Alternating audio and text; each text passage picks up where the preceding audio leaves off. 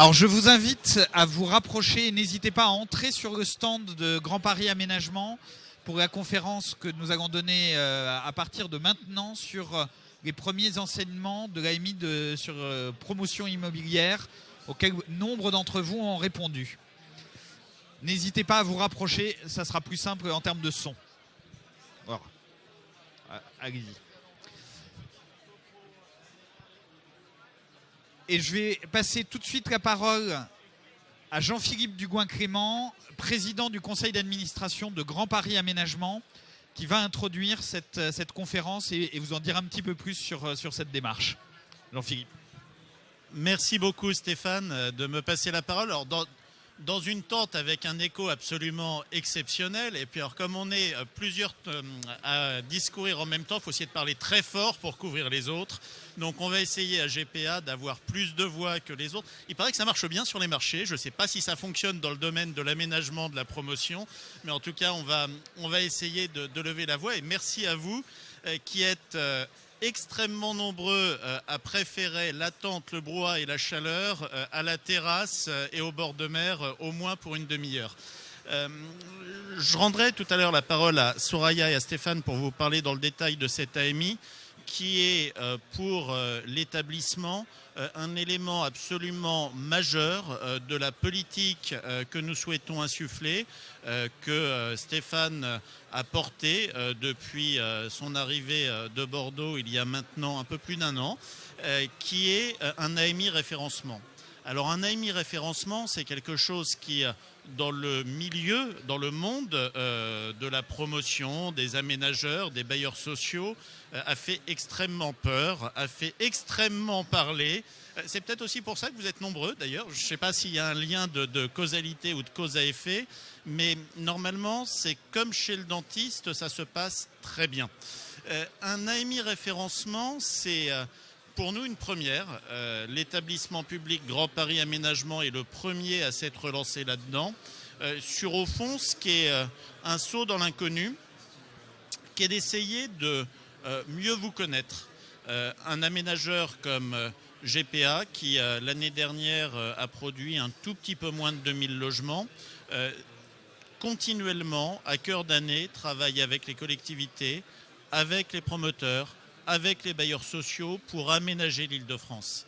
Et l'une des difficultés auxquelles nous pouvons être confrontés, c'est d'arriver à connaître les us et coutumes, à connaître les process qui sont en face de nous, qui sont les vôtres, à pouvoir adapter nos commandes aux réalités du marché, aux réalités de ce qui est faisable, aux réalités des process qualitatifs, de pouvoir affiner nos demandes et au fond, au travers de la connaissance de ce que vous êtes capable de faire, eh bien de mettre en adéquation les attentes des collectivités et les vôtres. Le référencement, on n'est pas en tant que tel sur une logique de sanction des professionnels. On est sur une logique également de gain pour les professionnels.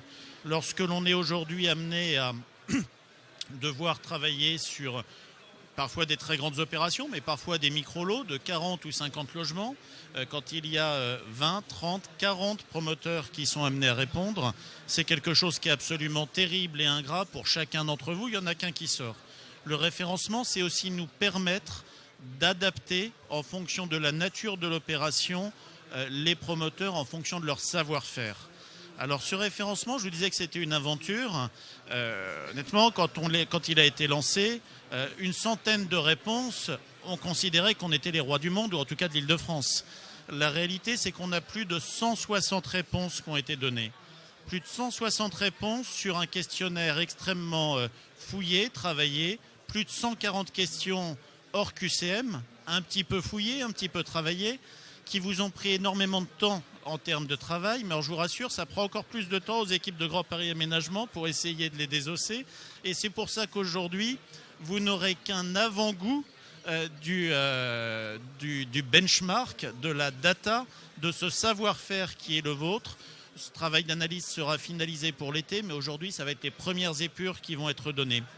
Sans vouloir trop rentrer dans le détail ou déflorer le sujet et les interventions suivantes, ce que je trouve absolument exceptionnel, c'est que sur ces plus de 160 répondants, on trouve tous les types d'acteurs, des bailleurs sociaux, des promoteurs, des micro-promoteurs qui travaillent sur quelques dizaines de logements par an, comme des multinationales de la promotion immobilière, des promoteurs totalement ciblés, petites ou grandes couronnes, des promoteurs franciliens, mais aussi un certain nombre d'acteurs, d'intervenants qui n'ont encore jamais travaillé en Île-de-France.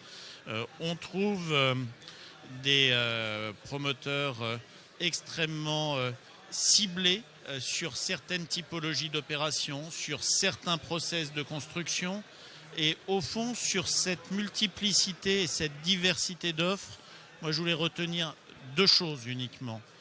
La première, c'est que ce marché de la construction, ce marché du logement, ce marché de l'aménagement, il doit continuer à exister. On est dans une période de difficulté, on est dans une période d'incertitude, et pour autant, on a un devoir collectif d'arriver à continuer à aménager la ville. Dans une région qui voit sa population augmenter de 50 000 habitants par an, on a un devoir collectif à produire de la ville, à reconstruire de la ville, à offrir des solutions de logement, de travail, de services publics.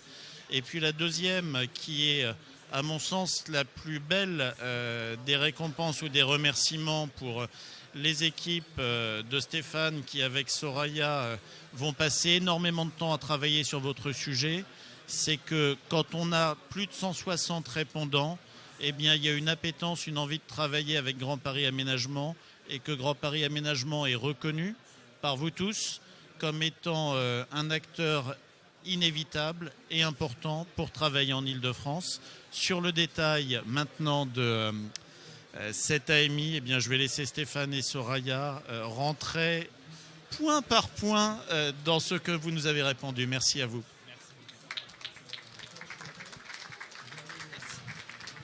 Merci, Monsieur le Président. Alors, on va essayer de rentrer dans le détail du document. Peut-être, je vais repasser très vite sur des éléments qui viennent d'être présentés, les objectifs et le calendrier de cette AMI. Donc, il est terminé, il est clos depuis fin janvier 2022.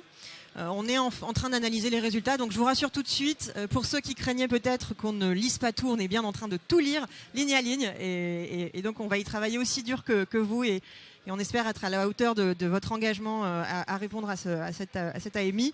Et l'idée, c'est qu'on puisse diffuser des résultats intégraux à l'été. Là, on va vous présenter, disons, une première analyse des grandes tendances qui se dégagent, et on va faire un focus sur certains sujets qui nous ont semblé intéressants d'évoquer avec vous aujourd'hui. Alors, ça a été dit, nos objectifs dans cette consultation, vous êtes nombreux à vous être posé la question, mais pourquoi lancer cette AMI finalement alors qu'on se connaît? On se connaît, mais pas si bien que ça. L'idée, c'était d'accompagner l'évolution de notre politique de cession. Donc évidemment, on est en train de prendre un certain nombre de partis pris sur notamment la cession des charges foncières à prix fixe. On souhaite que les discussions qu'on a avec vous à l'avenir portent plus sur le projet que sur les conditions économiques de notre partenariat. On souhaite aussi s'engager sur un certain nombre de mesures sur la production de la ville avec des exigences ambitieuses, mais aussi on voulait tester vis-à-vis de vous ces exigences. On voulait s'assurer qu'elles étaient finalement réalistes. Donc à la fois cette exigence d'aller plus haut et en même temps la confronter à votre capacité à faire. Et donc l'idée de cette AMI, c'était aussi vous interroger sur ces éléments-là. Donc on retrouve dans l'AMI un certain nombre de questions sur des stratégies de techniques, des stratégies d'ambition environnementale, des stratégies de matériaux, et qui vont nous permettre de finaliser notre propre stratégie d'établissement, et là aussi de vous dire comment on entend travailler, ce qu'on entend mettre en œuvre en priorité dans nos futures opérations. Donc c'était aussi, voilà, vous tester, vous interroger. Il n'y avait pas de bonne ou de mauvaise réponse, puisque vraiment, nous-mêmes, on a nos convictions qui sont en train de se forger avec vous, avec les vôtres, avec vos réponses. Et on en apprend tous les jours dans cette AMI. Donc voilà, parce que évidemment, en tant que maître d'ouvrage, on n'a pas forcément le même point de vue que vous sur les enjeux de la fabrication du logement. Et donc c'était intéressant pour nous aussi de nous acculturer à certaines de vos préoccupations. Donc sur les objectifs, je ne vais pas plus loin. Et peut-être là aussi, donc vous dire quelles sont les thématiques qu'on voulait vous présenter un petit peu aujourd'hui et qui vont intégrer notre futur référentiel de qualité donc qu'on est en train de construire et sur lequel pour lequel on va s'appuyer sur vos retours dans le cadre de cette AMI. Donc c'est mesurer dans quelle mesure vous êtes capable de tenir compte des préconisations du rapport Giraud-Méty-Leclerc qui a fait grand bruit il y a quelques mois. Donc l'idée c'est, vous l'avez vu puisque vous avez répondu au questionnaire, c'est que vous puissiez nous dire ce que vous pensez de ce rapport. Est-ce que les recommandations qui sont faites dans ce rapport sont importantes pour vous? Est-ce qu'elles sont difficiles à mettre en œuvre? Et est-ce que vous êtes prêt à vous engager à les mettre en œuvre? Et nous-mêmes, on s'interroge sur un certain nombre de ces recommandations. Donc voilà, on se teste un petit peu collectivement là-dessus. La capacité que vous avez à anticiper les futurs niveaux de la nouvelle réglementation énergétique. Donc évidemment, 2020, on y est aujourd'hui depuis le 1er janvier. Mais comment on fait pour 2025?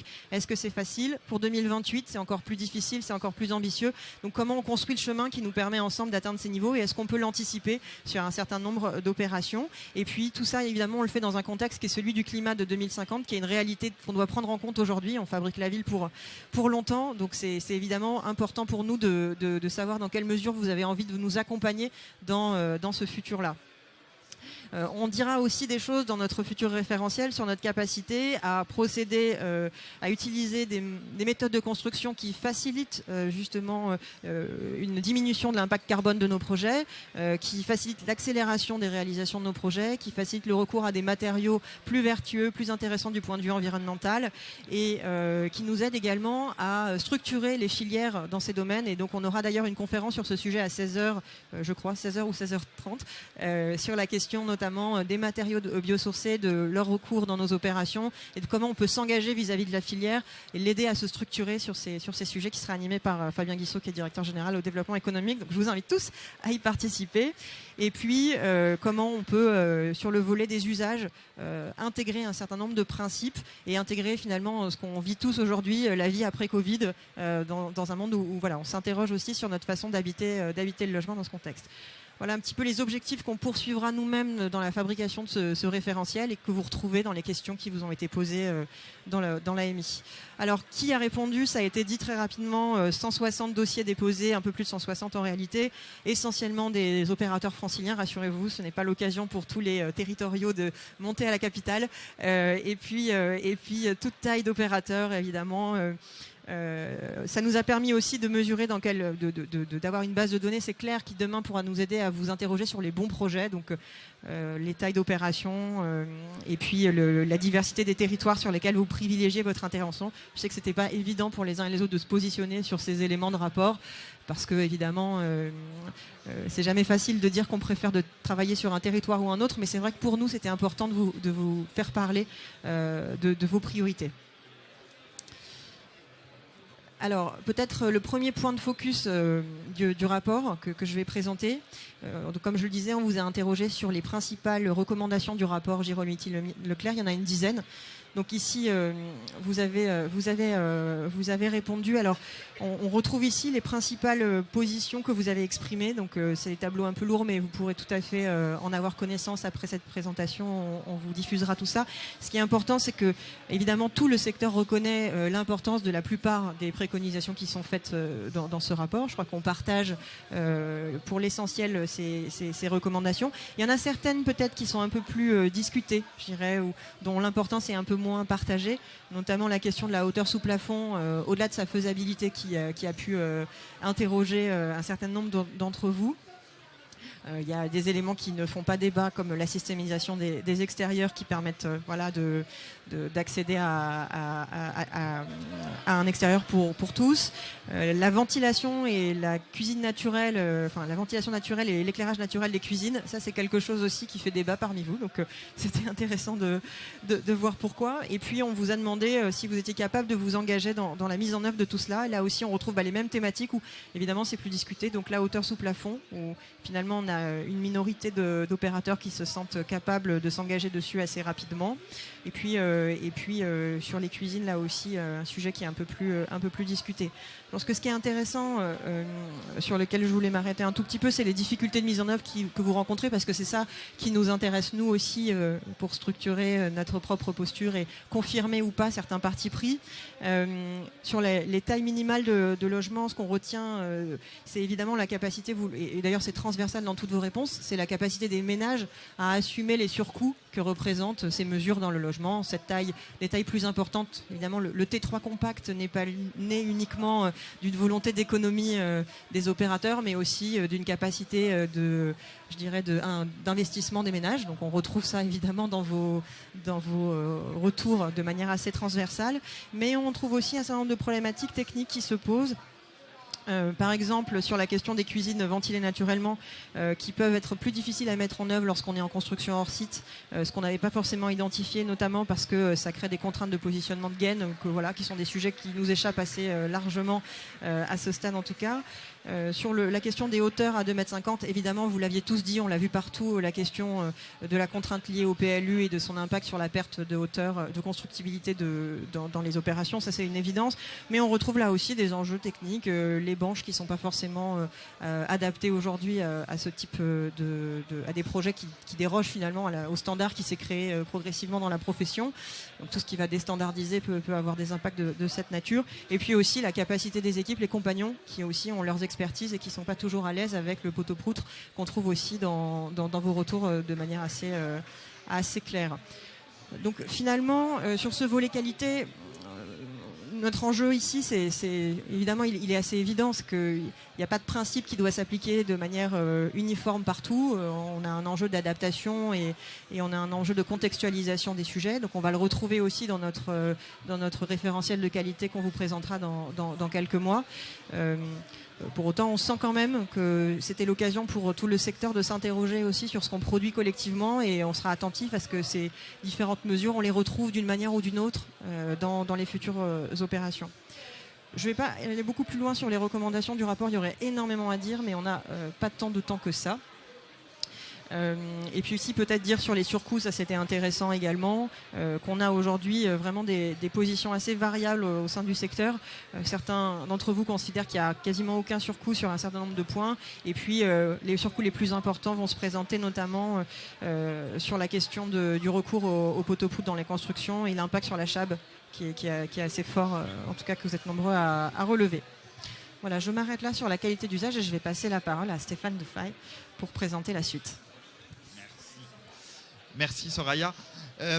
Donc pour continuer, un des sujets qui nous intéressait beaucoup, c'était votre rapport avec la conception et notamment les équipes de conception, que ce soit architectes, bureaux d'études. Quelques éléments, quelques chiffres. D'abord sur la mission complète confiée à l'architecte. On voit, et c'est assez, c'était pas une grande surprise pour nous. Finalement, vous n'êtes que 11% à systématiser le recours à la mission complète confiée à l'architecte, contre 7% qui ne le font jamais ou qui ne l'ont jamais fait. Avec d'ailleurs parfois des arguments qui sont très très solides. Plusieurs d'entre vous ont internalisé des compétences dans ce domaine avec une vraie stratégie d'entreprise orientée sur la qualité. Donc il n'y a pas de jugement de valeur derrière entre les différentes dimensions. La question de la mission complète, c'est vrai que c'est un sujet qui pour nous est important. J'allais presque dire c'est presque un sujet de militantisme, dans le sens où derrière cette question, il y a aussi la capacité à ne pas perdre pour les architectes un savoir-faire qui est de la construction, c'est-à-dire aussi d'éviter de faire juste du dessin. Quand un architecte ne sait plus construire, c'est très très inquiétant. C'est quand même un architecte, c'est pas un dessinateur, c'est pas uniquement un artiste, c'est aussi quelqu'un qui doit être dans la réalisation. Donc on a nous un vrai sujet de stratégie de positionnement.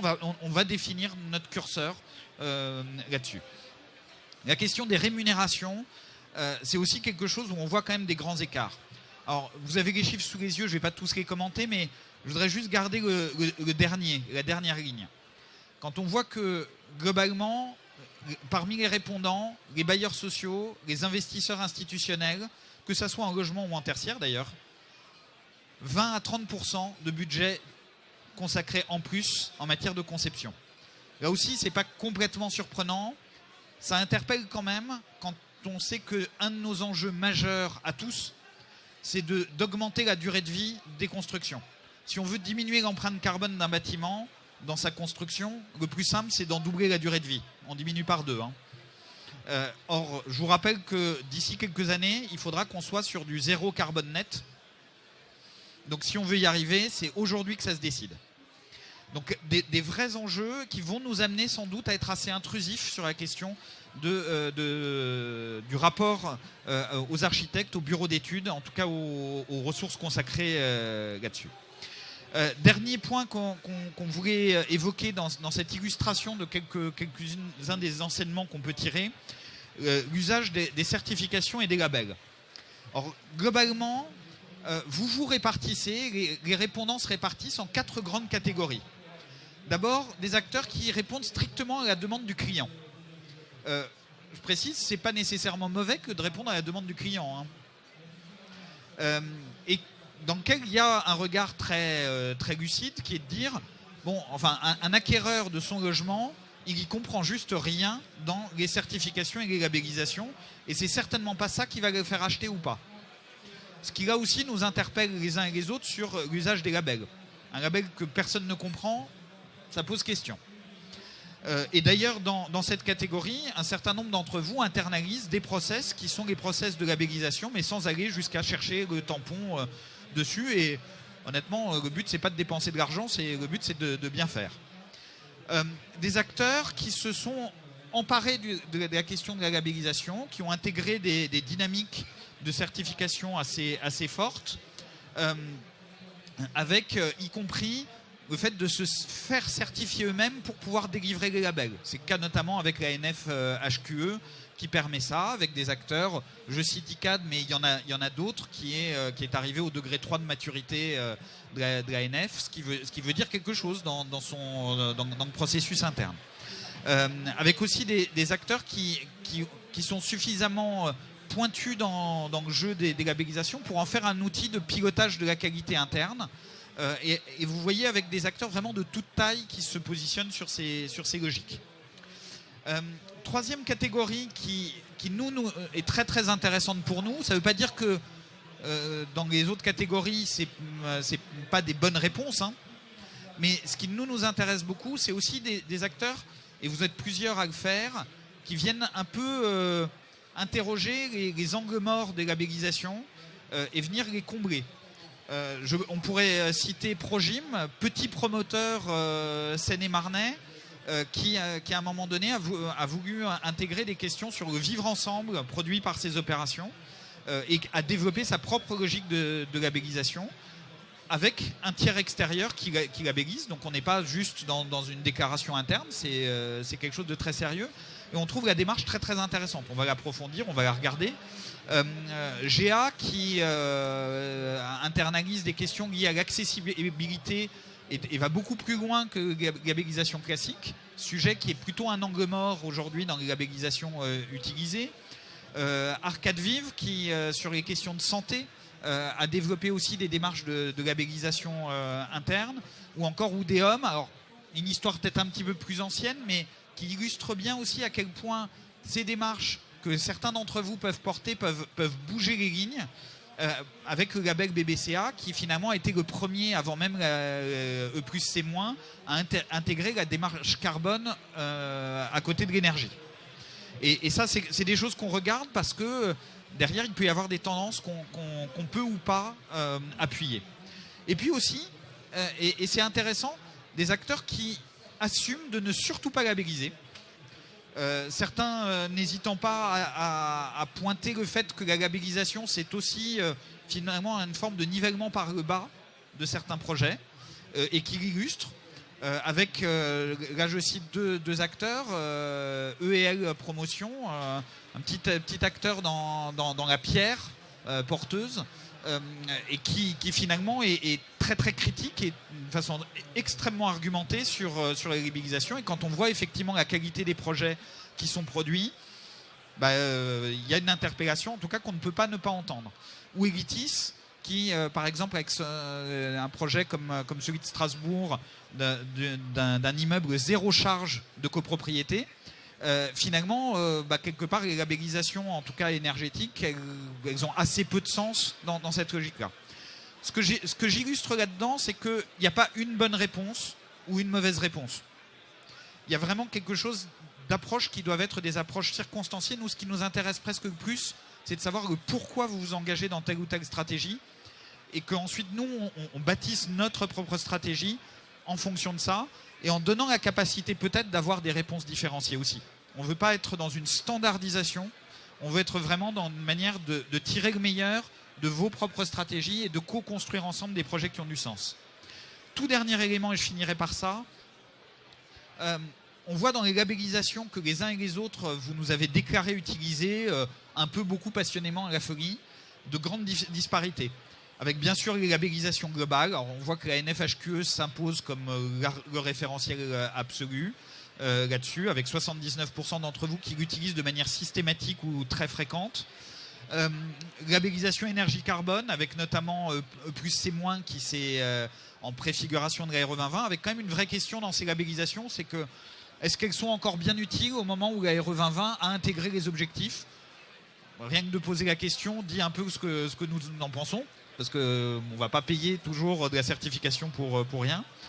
Les questions de biodiversité, qui sont plutôt bien appropriées, avec notamment la labellisation Biodiversity qui commence à s'imposer un peu comme le référentiel.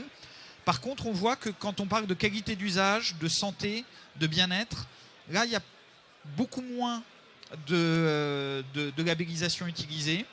De façon générale, une problématique qui n'est pas toujours facile à prendre en compte. Et nous, notamment sur la question de la santé, c'est quelque chose qui nous interroge, alors que c'est quand même une préoccupation majeure des Français, qu'on sait que la manière de construire peut avoir un vrai impact. Et puis, la grande surprise pour nous, c'était sur tout ce qui concerne l'économie circulaire, qui est un de nos enjeux majeurs, et où on voit en fait qu'il y a très très peu d'appropriation des quelques labellisations qui existent, y compris le profil économie circulaire de la NF Habitat, sans aller chercher des outils très complexes, qui renvoie à une question un peu de stratégie pour nous. C'est très bien, je prends l'exemple du label Bois de France aussi dans cette logique, c'est très bien de construire en bois. Si le bois il vient d'Ukraine, d'Autriche, du Brésil, en fait on a tout perdu dans le transport sur le bénéfice carbone. Donc ça c'est clairement un sujet sur lequel nous on va travailler pour définir nos propres stratégies. Est-ce que c'est par la labellisation que ça passe ou est-ce que c'est par d'autres biais? Ça on va le construire. Mais en tout cas ce sont pour nous, comme le disait Soraya tout à l'heure et comme le disait Jean-Philippe Dugoin-Clément en introduction, pour nous c'est très important ces démarches parce que le but c'est vraiment d'asseoir une politique d'établissement qui soit pragmatique, qui s'ancre le plus possible avec vos propres manières de travailler. Parce que moi je voudrais quand même retenir aussi un grand enseignement de cette AMI de référencement. Parfois les promoteurs sont très critiqués. Ils partagent, je pense, vous partagez avec les garagistes la palme des professions les plus mal aimées. Nous, ce qu'on voit quand même dans toutes les réponses, c'est un engagement sur les problématiques sociétales, environnementales qui sont les nôtres, qui est très fort, avec des réponses qui sont variées, et c'est très bien, c'est une richesse. Mais en tout cas, vous êtes au rendez-vous. Et ça, c'est très important parce que nous, c'est avec des partenaires engagés qu'on veut co-construire les opérations de demain. C'est vraiment notre objectif. Donc, rendez-vous à l'été pour aller un petit peu plus loin, vous donner un panel un peu plus complet. Ces analyses-là, on va en faire un bien commun. Ce n'est pas simplement pour nous. C'est important aussi pour vous qu'on fasse ce retour. On ne va pas être nominatif dans les choses. Il ne s'agit pas de stigmatiser.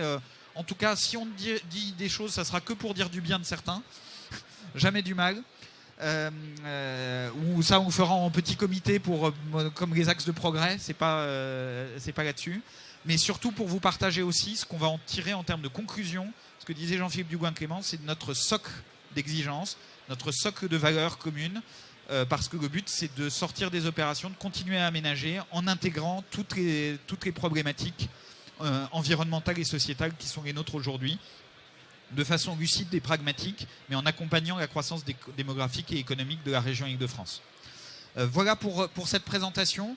À votre disposition pour quelques questions, et d'ores et déjà, si tel ou tel d'entre vous a une question à poser, n'hésitez pas, le micro est là et on peut en prendre 2 ou 3.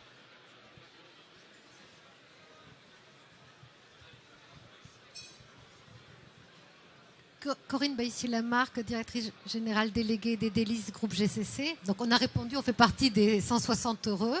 On est très content que vous ayez beaucoup de travail parce que ça nous a beaucoup interrogés. On s'est posé beaucoup de questions qu'on ne s'était pas forcément posées de façon aussi claire et aussi directe. On a bien compris qu'il y avait l'enjeu de référencement, mais il y avait aussi l'enjeu de créer un socle qualitatif au sens large. Est-ce que l'idée de ce socle, c'est quelque chose qui va être un référentiel fixe ou quelque chose, un processus un peu mouvant qui va s'alimenter au fur et à mesure de l'évolution des techniques, des savoirs et des pratiques? Comment voyez-vous ça? Alors très clairement, ça doit être un référentiel dynamique. Moi, si je retiens quand même une grande nouveauté de la RE 2020, par exemple, pour prendre cet exemple, la RE 2020, elle a une vertu, c'est qu'elle définit certes une ambition, mais elle définit une trajectoire. Or, à un moment donné, si on veut faire évoluer nos modes de faire, il faut, c'est pas instantané. On est dans des industries qui sont capitalistiques, notamment pour les opérateurs de la construction. Donc, il faut qu'on donne à voir la trajectoire, où est-ce qu'on voudrait arriver et qu'on s'adapte au fur et à mesure, et y compris de notre retour d'expérience. Donc, on ne va pas figer des choses. En même temps, on va vouloir être assez clair à la fois sur les objectifs, comment on les atteint, et aussi comment est-ce qu'on fait des exceptions. Si c'est trop normé, si c'est trop verrouillé, à un moment donné, on stérilise aussi une créativité qui est la vôtre et qu'on voit. L'illustration que je donnais par exemple sur le recours à la certification, et montre différentes stratégies, et je disais qu'il n'y en a aucune qui est mauvaise en soi. Donc c'est vraiment cette dynamique-là qu'on veut bâtir. On va la construire. C'est un exercice qui n'est pas simple. D'autant plus qu'on veut avoir à la fois un socle qui soit commun à toutes les opérations de GPA. Donc qu'on soit dans le nord de la Seine-et-Marne, dans le sud de l'Essonne ou en première couronne. Et en même temps, on sait très bien que ce sont des manières de construire différentes, ce sont des marchés différents. Donc il va falloir qu'on trouve les ajustements. Et bien sûr, après, il y aura aussi des spécificités propres à chaque opération. Ça, on entrera dedans. Est-ce qu'il y a une autre question?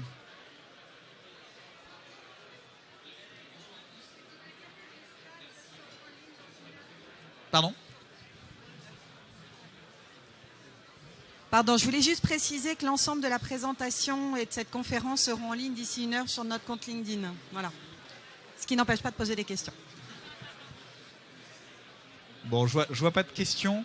S'il n'y a pas de questions, de toute façon, nous restons tous les collaborateurs de Grand Paris Aménagement à disposition pour échanger, comme on a déjà commencé souvent à le faire, même avant cette présentation, et comme on continuera après. C'est vraiment important qu'on soit dans des relations partenariales étroites, donc n'hésitez pas à nous interpeller. On vous le disait, on n'a pas la science infuse, on essaye juste de construire de manière pragmatique en intégrant les enjeux de politique publique, mais en intégrant aussi le réalisme du faire. C'est ensemble qu'on y arrivera. Merci beaucoup.